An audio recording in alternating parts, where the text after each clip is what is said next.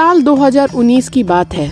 4 जिगरी दोस्त अमित, विक्रम, संदीप और शालिनी छुट्टियों में असम घूमने गए थे। इन चारों को रोमांच और रहस्य की जगह पर जाना पसंद था और घूमते घूमते वे माँ कामाख्या मंदिर पहुँच गए। आज के कहानी का नाम है माँ कामाख्या का रहस्यमय श्राप, एक भूतिया सफर। इन्होंने पहले से मंदिर के बारे में सुनी सुनाई बातें सुन रखी थी, लेकिन वे इसे लेकर गंभीर नहीं थे। मंदिर के पुजारियों ने उन्हें सख्त चेतावनी दी। रात के समय मंदिर के अंदर विशेष स्थान पर जाना मना है। यह स्थान माँ कामाख्या के श्राप के प्रभाव में है और जो भी यहाँ आता है उसे माँ की शक्ति का एहसास अवश्य होता है। अमित ने इस चेतावनी को मजाक में उड़ा दिया और रोमांच के लिए रात में वहाँ जाने का फैसला किया।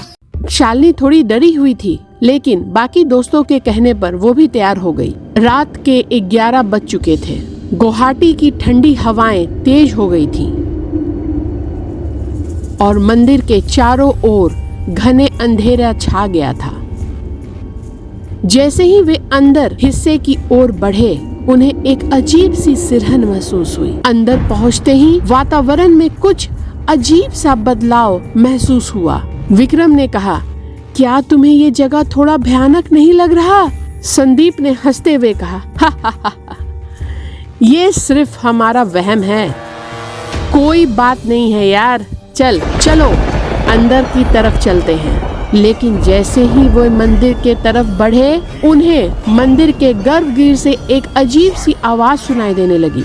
ये मंद उच्चार की आवाज थी जो रात के इस समय और भी डरावनी लग रही थी। अचानक मंदिर में जोरों की हवा चलने लगी और उनके सामने एक काली परछाई उभर के आई। चारों दोस्त डर से कांपने लगे। शालिनी ने चीखते हुए कहा, यहाँ से भागो, ये कोई आत्मा है। जैसे ही वे भागने लगे, उनके कदम मानो जमीन में धंस गए हो। उसी समय वहाँ एक तांत्रिक प्रकट हुआ, ना जाने कहाँ से, जिसने त्रिशूल उठाकर मंत्रोच्चारण करना शुरू किया। तांत्रिक की आवाज गूंजने लगी और वो बोला, ये माँ कामाख्या का श्राप है और तुम लोग इसे हल्के में नहीं ले सकते। तांत्रिक ने चारों को मंदिर से बाहर निकाला और उन्हें मंदिर की इतिहास की सच्चाई के बारे में बताने लगे। उन्होंने गहरी सांस लेते हुए कहा, हाँ, ये श्राप सदियों पुरानी है और इसके पीछे एक अद्भुत और खौफनाक कहानी छिपी हुई है। ये उस समय की बात है जब यहाँ पर कोच राजवंश का शासन हुआ करता था। करीब 600 साल पहले इस क्षेत्र में राजा नर नारायण का शासन था।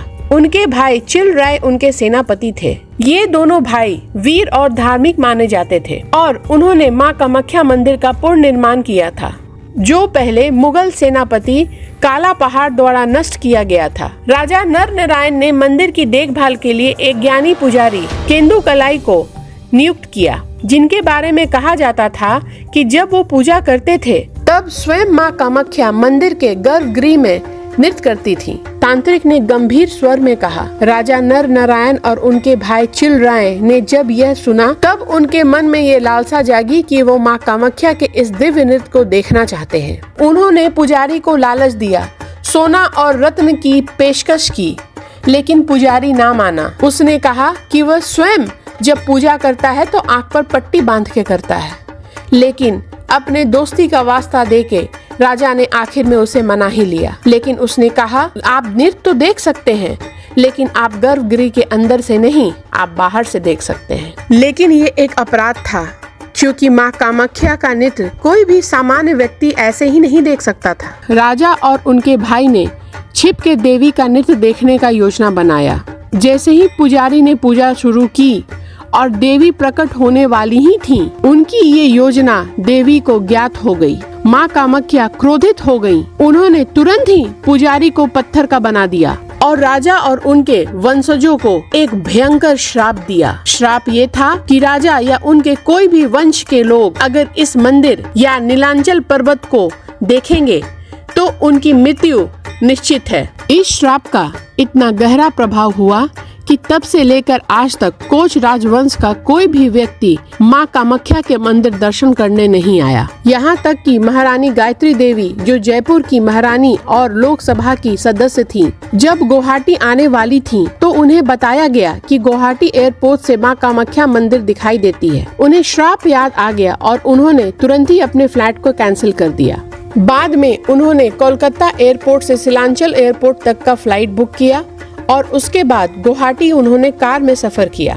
महारानी गायत्री देवी राजा जितेंद्र नारायण की बेटी थी और राजा जितेंद्र नारायण राजा नर नारायण के सीधे वंशज थे। इतिहास की ये कथा सुनकर चारों दोस्त थर थर कांपने लगे। संदीप ने घबरा कर पूछा, लेकिन हम पर ये श्राप कैसे लागू हो सकता है? हम तो उस वंश के भी नहीं हैं। तांत्रिक ने गहरे स्वर में उत्तर दिया, माँ कामाख्या का श्राप उस पर भी प्रभाव डालता है जो अनुचित ढंग से इस मंदिर में प्रवेश करते हैं। तुमने जो पुजारियों की चेतावनी को अनसुना किया और मंदिर के बंद हिस्से में आए, ये तुम्हारी गलती थी। अब तुम देवी से माफी मांगो, वो तुम्हें अवश्य माफ कर देंगी। डर से कांपते हुए चारों दोस्त मंदिर में लौटे और उन्होंने माँ कामाख्या से माफी मांगी और क्षमा की प्रार्थना की। माफी मांगने के बाद वो पीछे मुड़े ताकि वो तांत्रिक से और बात कर सके, तो उन्होंने पाया कि तांत्रिक अचानक वहाँ से गायब हो गया था। वहाँ कोई भी नहीं था। इस खतरनाक अनुभव ने उनके जीवन को बदल दिया।